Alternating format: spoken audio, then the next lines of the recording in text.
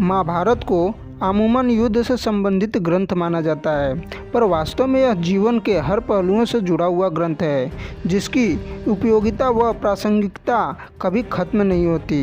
यह ग्रंथ आमजन से लेकर राजनीतिक व प्रबंधन के कई गुण हमें सिखाता है। आज हम आपको महाभारत की 13 ऐसी सीख के बारे में बता रहे हैं जो जीवन के हर क्षेत्र के लिए उपयोगी है। पहला, युद्ध अंतिम विकल्प होना चाहिए। महाभारत सिखाता है कि लड़ाई या युद्ध किसी भी व्यक्ति या देश के लिए अंतिम विकल्प होना चाहिए।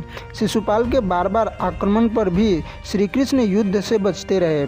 जरासंध, काल्यावन और बानासुर के आक्रमण पर उन्होंने मथुरा को छोड़ रणछोड़ कहलाना भी स्वीकार किया, पर वे अंत तक युद्ध टालते रहे। महाभारत से पहले भी उन्होंने कौरवों को शांति दूत के रूप में खूब समझाया। सारे प्रयास विफल होने पर ही उन्होंने अंत में युद्ध की घोषणा की। दूसरा, अधूरा ज्ञान नुकसानदेह होता है। महाभारत बताता है कि अधूरा ज्ञान खतरनाक होता है। अर्जुन के पुत्र अभिमन्यु ने मां के गर्भ में चक्रव्यूह में घुसने का ज्ञान तो पा लिया था, लेकिन उसने निकलने की जानकारी नहीं मिली। यह अधूरा ज्ञान ही उसके लिए प्राणघातक साबित हुआ। महाभारत के युद्ध में उसकी मौत चक्रव्यूह में फंसने से ही हुई। इसीलिए हमें अपने कार्य क्षेत्र में पूरा ज्ञान होना चाहिए। तीसरा, जुए से दूर रहें। महाभारत युद्ध का आधार कौरवों व पांडवों के बीच खेला गया था, जिसमें पांडव जीत के लालच में अपना सब कुछ हारने के बाद पत्नी द्रौपदी को भी दांव पर लगा उसे गंवा देते हैं, जिसके बाद भरी सभा में उसका चीरहरण ही महाभारत युद्ध का मुख्य कारण बना।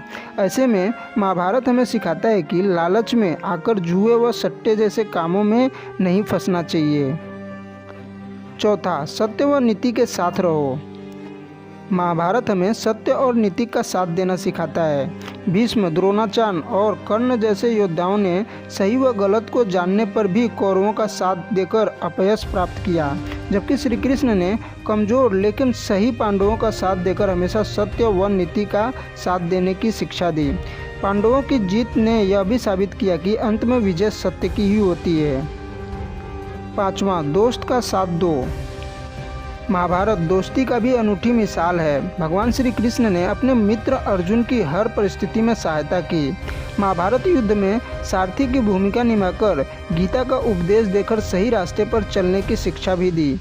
महाभारत में कर्ण व दुर्योधन की मित्रता भी यह सीख देती है कि दोस्त यदि गलत हो तो उसका साथ नहीं देना चाहिए, वरना उसकी गिनती खलनायकों में होती है और वह अपयश का भागी होता है। छठा, संतान का अनुचित मोह गलत होता है।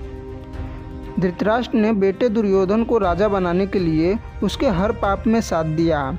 उसके मोह के कारण ही महाभारत के युद्ध की नौबत आई। यदि वह निष्पक्ष होकर युधिष्ठिर को राजा बना देता या उन्हें संपत्ति में हिस्सा दे देता तो विनाशकारी महायुद्ध बच सकता था, पर उसने ऐसा नहीं किया, जिसका खामियां उसे अपने 100 बेटों की मौत से चुकाना पड़ा। ऐसे में महाभारत सिखाता है कि पुत्र मोह में फंसकर उसके गलत कार्यों का समर्थन नहीं करना चाहिए।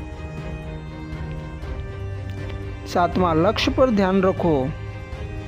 धनुष विद्या प्राप्त करते समय गुरु द्रोणाचार्य ने जब पेड़ पर पक्षी को निशाना बनाने को कहा, तब सब शिष्यों ने पक्षी के अलग अलग अंगों के देखे जाने की बात कही, पर अर्जुन ने केवल उसकी आंख को लक्ष्य कर केवल वही दिखने की बात कही। इसी तरह द्रौपदी के स्वयंवर में भी अर्जुन ने केवल मछली की आंख को ही लक्ष्य बनाया, उसे भेद दिया। इससे भी साबित होता है कि अपने लक्ष्य पर केंद्रित रहकर ही मनुष्य सफल हो सकता है। आठवां, हक मत छीनो किसी का। महाभारत दूसरों का हक नहीं छीनने की भी सीख देता है। पांडवों के राज्य का हक छीनने पर कौरवों का नाश ही हुआ, जबकि कंस का वध कर उसका राजपाट अपने नाना उग्रसेन को सौंपकर श्री कृष्ण ने प्रसिद्धि प्राप्त की। ऐसे में दूसरों के अधिकार या संपत्ति पर कभी हक नहीं जमाना चाहिए। नौवां, एकलव्य जैसा जुनून होना चाहिए। महाभारत में एकलव्य को धनुष विद्या सीखने के लिए गुरु नहीं मिले, पर उसने इस विद्या को सीखने का संकल्प लेकर अभ्यास कर ही धनुष विद्या में महारत हासिल कर लिया। ये कथा हमें जीवन में सीख देता है कि मनुष्य अभ्यास, मेहनत व संकल्प से किसी भी क्षेत्र में सफलता हासिल कर सकता है। 10वां, कर्म करते रहने की सीख। भगवद गीता भी महाभारत का ही हिस्सा है, जिसमें श्री कृष्ण ने काम, क्रोध व लालच से दूर रहते हुए कर्म करने की अनूठी सीख दी है। उन्होंने कहा है कि मनुष्य को अकर्मण्य, आलसी या निष्क्रिय न रहते हुए वर्तमान समय में जीते हुए निष्काम कर्म करते रहना चाहिए। गीता के उपदेश आज भी प्रासंगिक होने की वजह से आम जीवन लेकर मैनेजमेंट की कक्षाओं तक पढ़ाया जाता रहा है। 11वां, नैतिक मूल्यों की शिक्षा। महाभारत पग पग पर नैतिक मूल्यों की शिक्षा देता है। जैसे अनुशासन पर्व में पितामह भीष्म ने कहा कि भूमि के समान कोई दान नहीं, माता के समान कोई गुरु नहीं, सत्य के समान कोई धर्म नहीं और दान के समान कोई पुण्य नहीं। यदि इन मूल्यों को स्वीकार कर लें तो समाज से जमीन जायदाद के झगड़े, माता पिता की दुर्गति, गरीबी, सरीकी समस्याएं दूर हो सकती है। 12वां, राजनीतिक की सीख। महाभारत राजनीतिक शिक्षा भी देता है। यह ग्रंथ सिखाता है कि अन्यायपूर्ण किया गया शासन ज़्यादा समय तक नहीं ठहरता। राजा को हमेशा धर्मपूर्वक शासन करना चाहिए। समानता, स्वतंत्रता व न्याय तक सबकी पहुंच होनी चाहिए। ऐसा नहीं करने पर शासक का कंस और कौरवों जैसा हाल होता है। 13वां, आत्मनिर्भरता की सीख। महाभारत में एक चक्र राज्य का राजा अपने बल की बजाय बकासुर राक्षस के बल पर राज करता था। लोगों की बलि मांगने पर भी राजा बकासुर के सामने असहाय था। बाद में भीम ने उसको मारकर प्रजा का उसके आतंक से मुक्त कराया। ये कथा दूसरों के भरोसे रहने की बजाय आत्मनिर्भर की सीख देता है।